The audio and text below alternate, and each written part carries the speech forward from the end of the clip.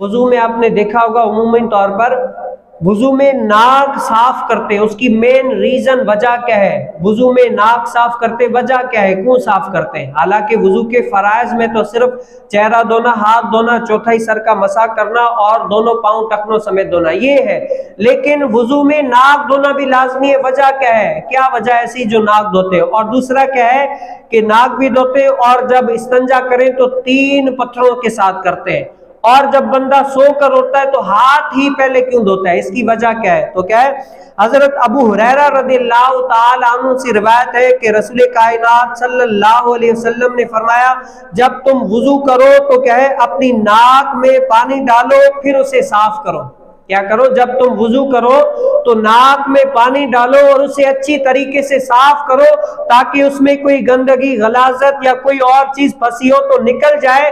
اس کی اور main reason محدثین نے لکھا یہ ہے کہ ایک تو آواز صاف آئے گی، جب سانس صاف آئے گی آواز بھی سانس صحیح آئے گی، قرات میں بھی آسانی ہوگی اور نماز میں خشوع و خضوع بھی برقرار رہے گا۔ ایک یہ وجہ ہے، اور دوسرا بھی کیا ہے؟ اور حدیث مبارکہ کا جز کے اور پھر اسے صاف کرو، اور جو پتھر سے استنجا کرے وہ طاق بار کرے۔ کیا ہے؟ 1 بار، 3 بار، 5 بار، 7 بار، 9 بار، 11 بار، 13 بار، مطلب یہ تو زیادتی ہو گئی، لیکن کیا ہے 3 مرتبہ طاق بار، 3 مرتبہ یہ طاق ہوتے ہیں۔ جفت عدد کون سے؟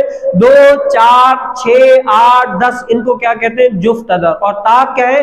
1، 3، 5، 7، 9، 11 اس طرح اور بڑھاتے جائیں تو یہ کیا کہلاتا ہے؟ طاق عدد کہلاتے ہیں۔ تو رسول کائنات صلی اللہ علیہ وسلم نے فرمایا اگر تم استنجے سے وضو کرو تو کتنی مرتبہ؟ استنجے سے پاکی حاصل کرو تو طاق مرتبہ حاصل کرو۔ اور پھر رسول کائنات صلی اللہ علیہ وسلم نے فرمایا جب تم سو کر اٹھو تو کیا ہے وضو کے پانی میں ہاتھ ڈالنے سے پہلے اسے دھو لو، کیونکہ تم نہیں جانتے کہ تمہارا ہاتھ رات کو کہاں کہاں گیا ہے۔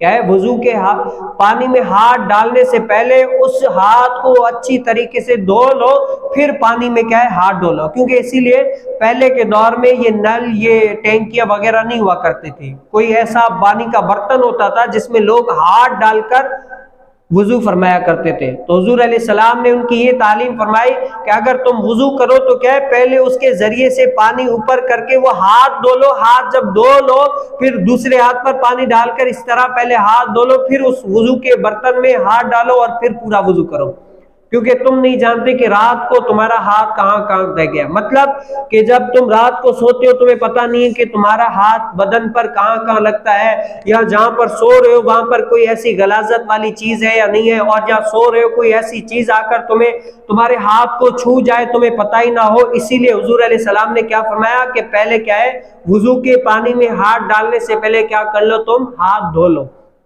اچھا، یہ صرف اور صرف وضو کے پانی میں ہاتھ ڈالنے کی خاص بات نہیں ہے، اب اس کا مقصد یہ بھی ہو سکتا ہے کہ رسول کائنات صلی اللہ علیہ وسلم کے صحابہ سب سے پہلے اٹھ کر کیا کام کرتے تھے؟ بھائی نماز ہی پڑھتے تھے نا، جیسے بندہ سوتا ہے پھر سونے کے بعد صحابہ کا کام کیا ہوتا تھا؟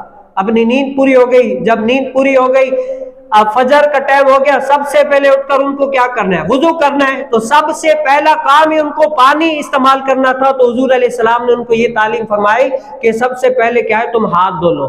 اب اس حالات حاضرہ کے مطابق جیسے ثم معاذ اللہ کوئی نماز نہیں پڑھتا تو یہ حکم ان کے لیے بھی ہے کہ اگرچہ کوئی کام کرے، نماز پڑھتا ہے تو سونے پہ سہاگا سب سے پہلے ہاتھ دھو لے، اسی طریقے سے اگرچہ کوئی اور کام کرتا ہے، گھر کا ہو یا کھانے کا ہو یا کوئی اور چیز ہو، تو سب سے پہلے کیا ہے یہ سنت طریقہ ہے کہ اپنے ہاتھ دھو لو، پھر کیا ہے کھانا کھانا ہے تو کھا لو، کھانے کا بھی وضو آپ کو پتہ ہے حدیث مبارکہ میں ہمیں بتایا رسول کائنات صلی اللہ علیہ وسلم نے۔ تو کیا ہے یہ ہے پہلے اپنے ہاتھ دھو لو پھر اپنا سارا وضو کر لو، کہ تمہیں نہیں پتا کہ تمہارا ہاتھ کہاں کر گیا، اور اگر یہی ہاتھ تم پانی میں ڈال لو گے تو پانی مستعمل ہو جائے گا۔ مستعمل پانی وہ ہوتا ہے کہ اگر پانی پاک و صاف ہو اور اس میں تم نے بغیر وضو والا ہاتھ ڈال دیا تو یہ پانی مستعمل ہو گیا، اب اس پانی سے وضو نہیں ہو سکتا، تو تم اس طرح اگر کرو گے تو تمہاری عبادت ریاضت ضائع ہو جائے گی۔ تو حضور علیہ السلام نے ہمیں کیا ہے سمجھایا۔ اور دوسرا چیز